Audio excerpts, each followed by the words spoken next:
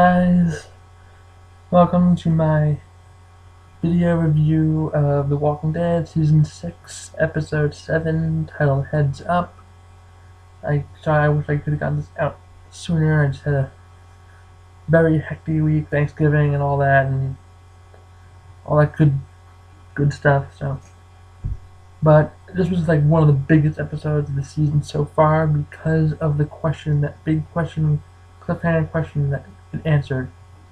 So, quick before I start, spoilers galore for anybody who has not seen the episode, which I imagine most of you, if not all of you, have at this point.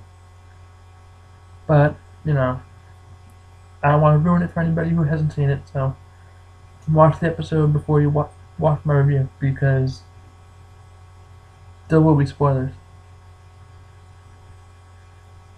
Great episode, answering the big question that we've been wondering for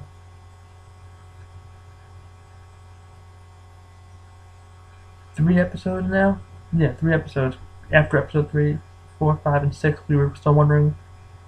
And finally, in this week's episode 7, we got the answer that yes, Glenn is in fact alive, and my prediction did come true. My prediction was that he would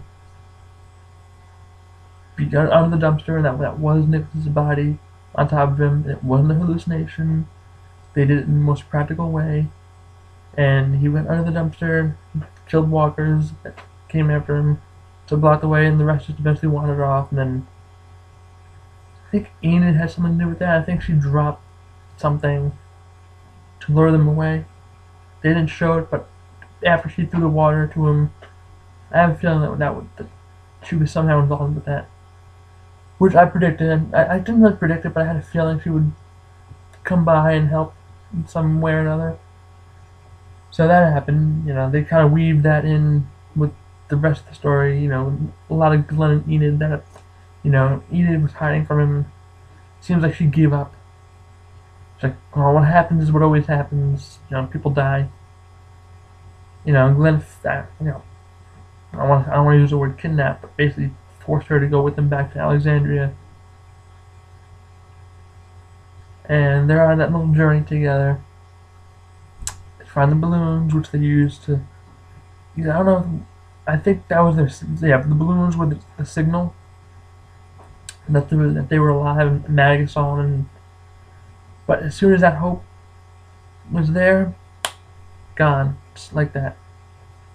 Because right at that moment, that's when the wall comes tumbling down, the tower, which I will talk more about that in my prediction video for tomorrow night's episode, the mid-season finale. I still can't believe it's gonna be done for this year until the spring, but it's gonna be amazing. Might be the best mid-season finale since Too Far Gone, which is still my favorite. I don't have an official order of episodes, but Too Far Gone is my favorite mid-season finale. And I think my favorite finale would probably be, I think, episode 4, because that had the whole revealed Terminus to be a trap, and that just orchestrated into the best season opener we've had. So I think the two of those episodes together are just so powerful. So yeah, Glenn, Enid, Ron.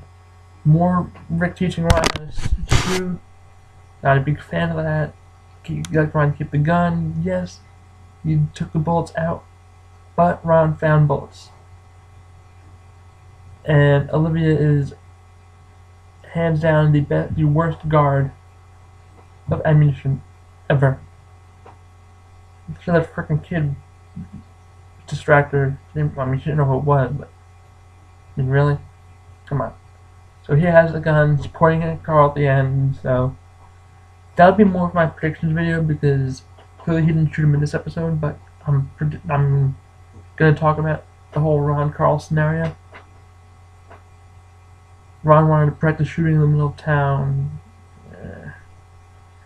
and Ron clearly has it in for both Rick and Carl.